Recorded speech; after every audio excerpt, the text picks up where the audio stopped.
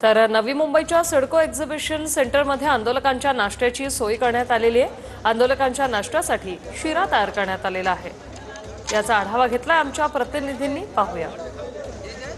त्यांना मानणारा वर्ग व जे आंदोलन करतात मराठवाडा असेल किंवा विदर्भातनं, ते सध्या नवी मुंबई सिडको एक्झिबिशन या ठिकाणी सध्या वास्तव्यास आहे। मी सध्या वाशीतील सिडको एक्झिबिशन या ठिकाणी आहे। आपण पाहतोय की सकाळसाठी या मराठा बांधवांसाठी सध्या या ठिकाणी शिरा देखील बनवलेला आहे। आपण पाहतोय की आता शिरा सध्या या मराठा बांधवांना या ठिकाणी दिला जाते। खरं तर हा शिरा तब्बल 200 किलोचा शिरा आहे। यामध्ये आपण पाहू शकतो की काजू असतील, बदाम असतील आणि तूप, साजूक तूप अशा पद्धतीने हा शिरा बनवलेला आहे। खरं तर दौंड या ठिकाणाहून हा शिरा या मराठा बांधवांनी त्यांचं साहित्य दिलेलं आहे, ते सध्या या ठिकाणी बनवत देखील आहेत। मागे देखील टोप आहेत, त्या टोपांमध्ये देखील आता शिरा सध्या बनण्यास सुरुवात झालेली आहे। त्यामुळे पुन्हा एकदा मराठा बांधवांचा आजचा जो नाश्ता आहे तो सध्या आज गोड होणार आहे। त्याप्रपासून आदिलसह मी रवी खरात, TV9 मराठी, नवी मुंबई।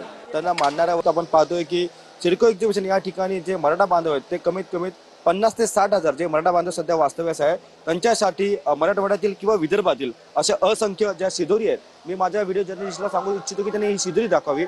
अशा शिदोऱ्या आलेल्या आहेत। कमीत कमीत आपण पाहतोय की जो दृश्यामध्ये आपल्याला पाहायला मिळतोय, कमीत कमी 2 लाख या चपात्या सध्या आलेल्या आहेत। आणि ज्या भाकऱ्या आपण पाहतोय या 50 ते 30 हजार या एवढ्या भाकऱ्या या ठिकाणी सध्या दाखल झालेल्या आहेत। खरं तर मराठा बांधवांचं जी खाण्याची सोय आहे ती आता सध्या चिंता ती मिटलेली आहे। आपण पाहतो की मोठ्या संख्येने या ठिकाणी सध्या भाकऱ्या देखील दाखल झालेल्या आहेत। खरं तर 2 दिवसापूर्वी मनोज दादा जरांगे पाटील यांनी देखील म्हटलं होतं की खाण्याची चिंता होते का, तर आता आपण पाहतो की जे मराठा बांधव आहेत विदर्भातील असेल किंवा मराठवाड्यातील असेल, त्यांनी शिदोरी मार्फत या ठिकाणी वाशी सिडको एक्झिबिशन या ठिकाणी आपण पाहू शकतो की लाखोंच्या संख्येने या शिदोरी या ठिकाणी त्यांनी पाठवलेल्या आहेत। कॅमेरा पर्सन आदिलसह मी रवी खरात, TV9 मराठी।